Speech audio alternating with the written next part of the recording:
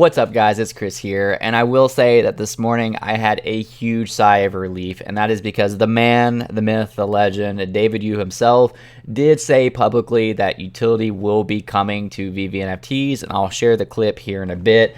But ultimately, some of you watching this video might be like, well, wasn't that in the roadmap already? Didn't we already know that was coming? For me, I like to be reaffirmed and just know for sure that's where they're heading and that's the direction they're looking at. And in this video, we get exactly that from David Yu. So that was just some very good reaffirmation for me. To be completely transparent with you guys, it is always in the back of my head a little skepticism of what if Veve doesn't bring this utility that we see in the rest of the space. And the reason I think that sometimes is because since the beginning, Veve has always claimed to be a 3D digital collectibles company. So they promised us a collecting experience, and that's what they are delivering to us, and that's what they're going to continue to deliver to us.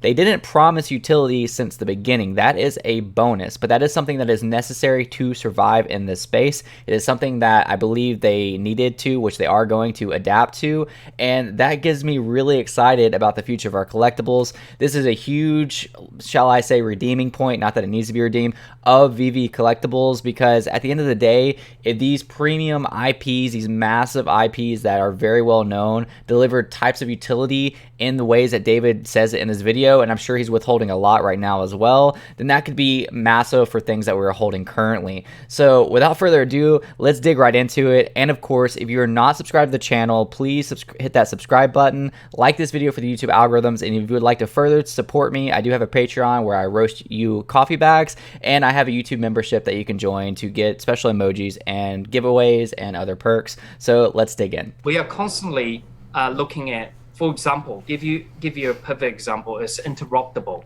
Most of our fans want our NFT to be interoperable in different marketplaces. We are thinking way beyond that, because solving that it's what the blockchain technology and all these different layers of protocol are doing. We're thinking, how can we have better utility interoperable into what the buzzword right now is the metaverse. You know, it's not just listing your product on another wallet or exchange, it's how you can utilize that product, that digital asset, in another game or another format, in different interoperable abilities. So that's where we really... I'll stop that right here for a second. So one of the big things I noticed from this is sometimes when people speak of utility, it's either kind of vague or we don't know how that's going to look. So like utility can come in forms of airdrops, which they have done. It could come in forms of whitelists in the other NFT space, which allows you to get like early access to a list that, or early access to a project that could sell out. So when he mentions utility originally, it's like, you know, he could be talking about those things as kind of on the fence, but he specifically said game. The fact that he said game does bring it a step even further than what I thought it could be, because you could even argue that Veve NFTs will contain utility once the Master Collector program comes, because it gamifies it to an extent. But the way David is speaking here, he's talking about real game utility. I know we have definitely just talked about maybe like the Marvel Mighties being into a game or other things, but I really do believe and hope that the team is thinking on this, on how to get our collectibles on the Veve app into real utility in games, and again also on those pre-sale lists and also on the airdrops and everything else. But at the end of the day, I strongly believe utility is king. To be completely honest with you, and I'm not fudding Recur, I obviously make Recur videos as well, I do think the Star Trek ship on Veve looks better than the ones on Recur. However, the ones of Recur are one of ones which I like better, as far as it being one of one, unique to me.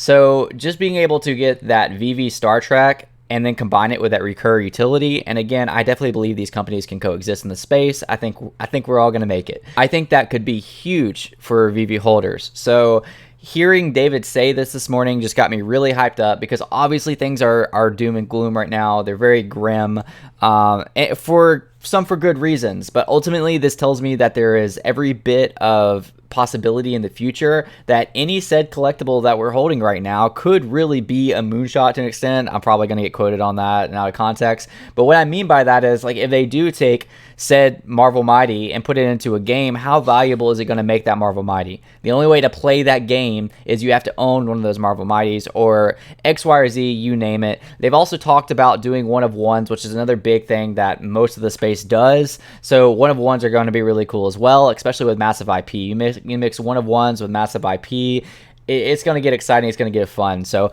I made my last video on this, but ultimately, once the web app comes, once the MCP comes, MTL, and yes, I know this is jokes. It's all the win, win, win, whatever. I know there's a lot of stressful things going on in the market, and that's one of the things that makes it hard to be a content creator for Veve right now, because ultimately we're just waiting on those things to unfold. I believe they're going to unfold completely, and now it's just a matter of sitting back and waiting. So shout out to Cavell and the other content creators, Randy Chavez, that are just like every day putting out content, even in this market, even while waiting.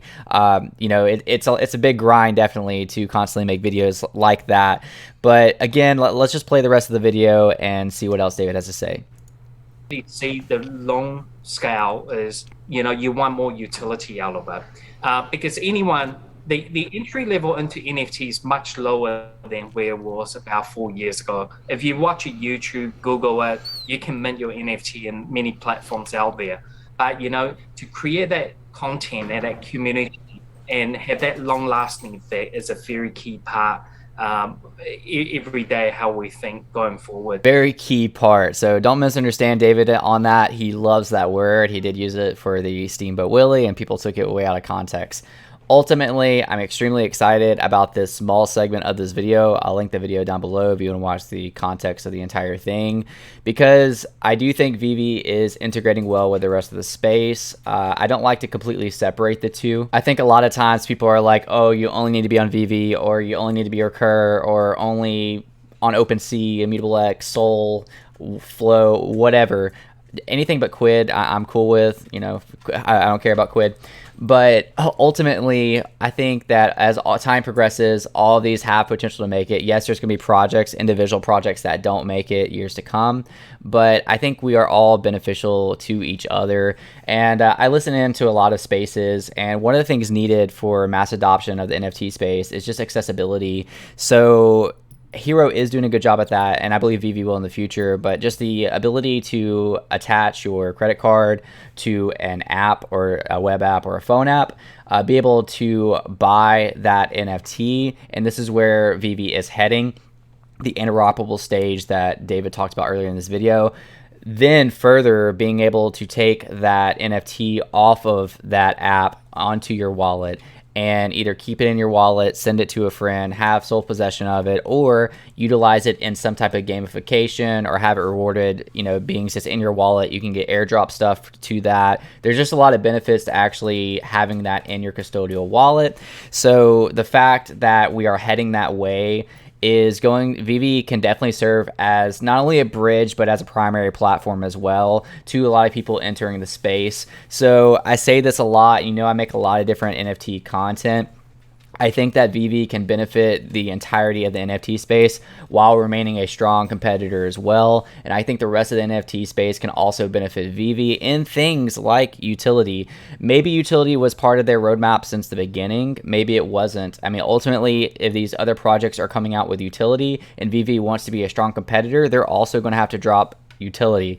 So as you see utility drop from one company to another, the competition will just continue to rise and everything will continue to rise up and quality will get there as well. Let me know what you think about this down below in the comments, and I'll see you guys next time. Peace out.